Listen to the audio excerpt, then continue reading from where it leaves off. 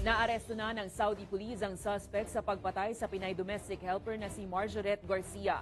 Sinabi ni Foreign Affairs Assistant Secretary Paul Cortez na tagpuan ng Saudi Police ang duguang katawan ni Garcia na may saksak. Kaya dinala ito sa ospital kung saan siya binawian ng buhay.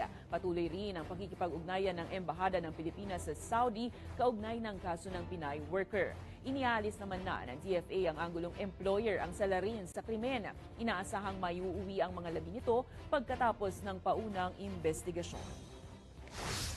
Hindi po employer ang pumas lang po sa ating kababayan.